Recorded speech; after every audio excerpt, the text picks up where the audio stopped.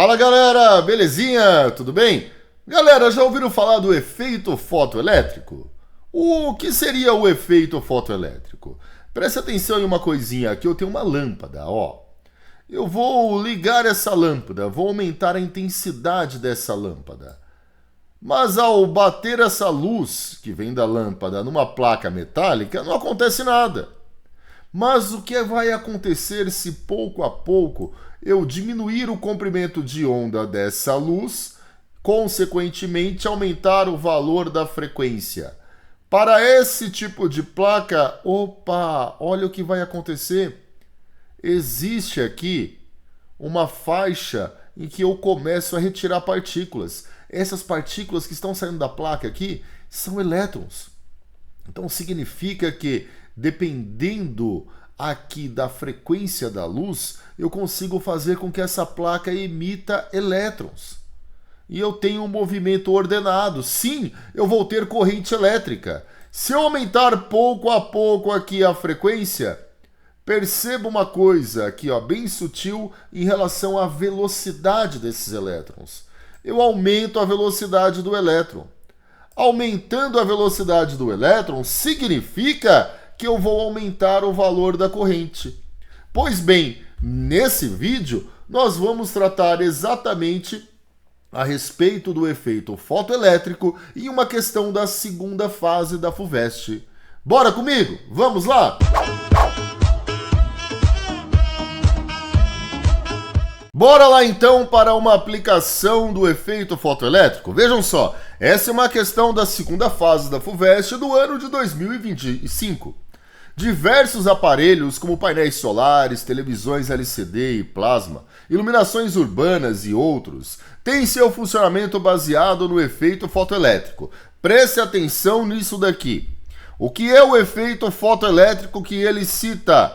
É a situação em que elétrons são arrancados de uma superfície metálica pela incidência de radiação eletromagnética.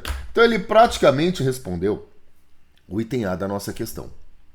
Vamos continuar a leitura. Para que ocorra efeito fotoelétrico, a energia de um fóton dada por HF, o H é a constante de Planck, essa constante de Planck também está aqui no enunciado, e F, a frequência da radiação eletromagnética, deve ser superior a uma energia mínima, conhecida como função trabalho, que é uma quantidade dependente do material. A tabela a seguir mostra a função trabalho de alguns materiais. Então, nessa tabela aqui, ó, eu tenho a quantidade de energia mínima que eu preciso para conseguir arrancar um elétron.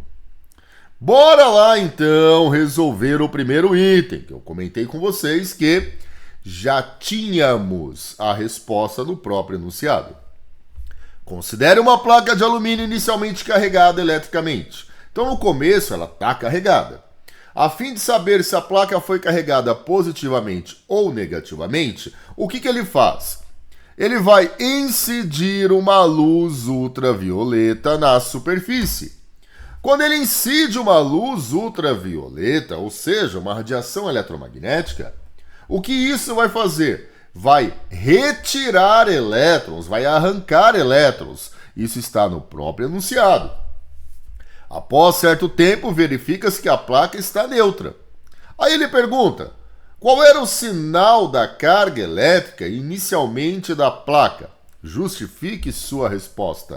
Bom, a gente pode simplesmente mencionar aqui que o sinal da carga inicial da placa, ele é negativo, pois ao retirar cargas negativas, tornou-se o corpo neutro. Ok? Então podemos afirmar que essa placa está carregada negativamente. Ok, então está prontinha a resposta do item A. Agora, vamos retomar um pouquinho só da teoria para a gente conseguir responder ao item B? No item B ele fala o seguinte, deseja-se escolher um material para uma célula fotovoltaica que funcione com luz verde, de frequência igual a 6 vezes 10 elevado a 14 Hz. Quais dos materiais da tabela funcionariam como uma célula fotoelétrica? Justifique a sua resposta. Bom, para a gente responder o item B, vamos viajar um pouquinho de novo na situação do efeito fotoelétrico. Vejam só, nós temos aqui uma placa metálica. Essa placa metálica, ela vai receber uma radiação eletromagnética. Ela vai receber aqui, então, uma luz na cor verde, ok? Essa luz na cor verde, ao ser recebida, ela vai emitir elétrons. Então, parte dos elétrons que estão aqui, eles conseguem ter energia para conseguir sair da placa. Essa energia, só para tirar o elétron da placa, é o que a gente conhece por função trabalho. Então vejam só, para eu conseguir retirar o elétron da placa, é fundamental que a energia do fóton seja superior à função trabalho.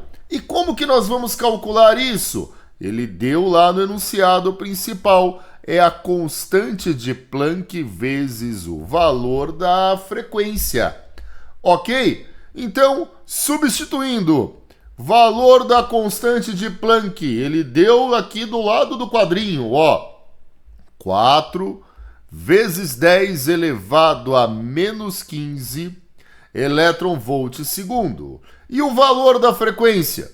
6 vezes 10 elevado a 14. Para fazer essa continha, eu faço primeiro 4 vezes 6, 24. 10 a menos 5 vezes 10 elevado a 14 é 10 a menos 1. Ou seja, a energia que esse fóton na cor verde, na luz, né, na cor verde, possui, é de 2,4 elétron-volt. Só é superior à quantidade de função de energia, né, ou função trabalho do potássio. Então, o único material que pode ser retirado aqui seria o potássio. Ok? Mas, Gilson, o que acontece se a gente mandar uma energia superior à função trabalho? Caso isso ocorra, além da gente ter a retirada do elétron, ele vai sair aqui, ó, com excedente de energia. Esse excedente de energia vai fazer com que ele saia com movimento, com velocidade. Então ele vai ter uma energia cinética. Como que eu posso calcular a energia cinética dele?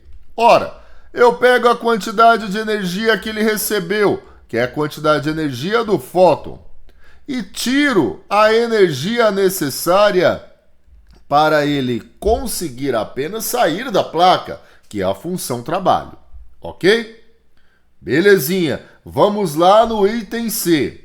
Caso a energia de um fóton seja superior à função trabalho, o elétron será emitido com energia cinética adicional. Determine a energia cinética eletronvolts de um elétron quando a luz de comprimento, opa, ele deu comprimento de onda. O comprimento de onda é igual a 400 nanômetros. Nano é 10 a menos 9. Já vamos escrever isso daqui em notação científica? Fica 4 vezes 10 a menos 7 metros, ok? Mas na equação da energia do fóton, a gente não tem comprimento de onda, a gente tem lambda vezes F, correto? Isso daqui é o que nós vamos substituir para determinar a energia cinética. Mas onde que eu coloco o comprimento de onda? Ora, é só lembrar que velocidade é lambda vezes F. No caso aqui, a velocidade que nós vamos utilizar é a velocidade da luz. Então é Czinho sobre lambda é igual a F. Ok? Está quase pronto. Energia cinética vai ser igual a H, que é a constante de Planck, Czinho sobre lambda, menos a função trabalho. De quem que nós vamos pegar a função trabalho agora? Preste atenção aqui, ó, do bário. Quanto mede a função trabalho do bário? 2,5. Agora é só a gente substituir. Constante de Planck é 4 vezes 10 a menos 15. Valor de C, 3 vezes 10 a oitava. Sobre o comprimento de onda, que é 4 vezes 10 a menos 7. Menos 2,5. Ok? 4 está no numerador e no denominador simplifica. Sobra apenas o número 3. Então essa energia cinética é 3 vezes... Opa! 10 a menos 5 vezes 10 a oitava. 10 a menos 7.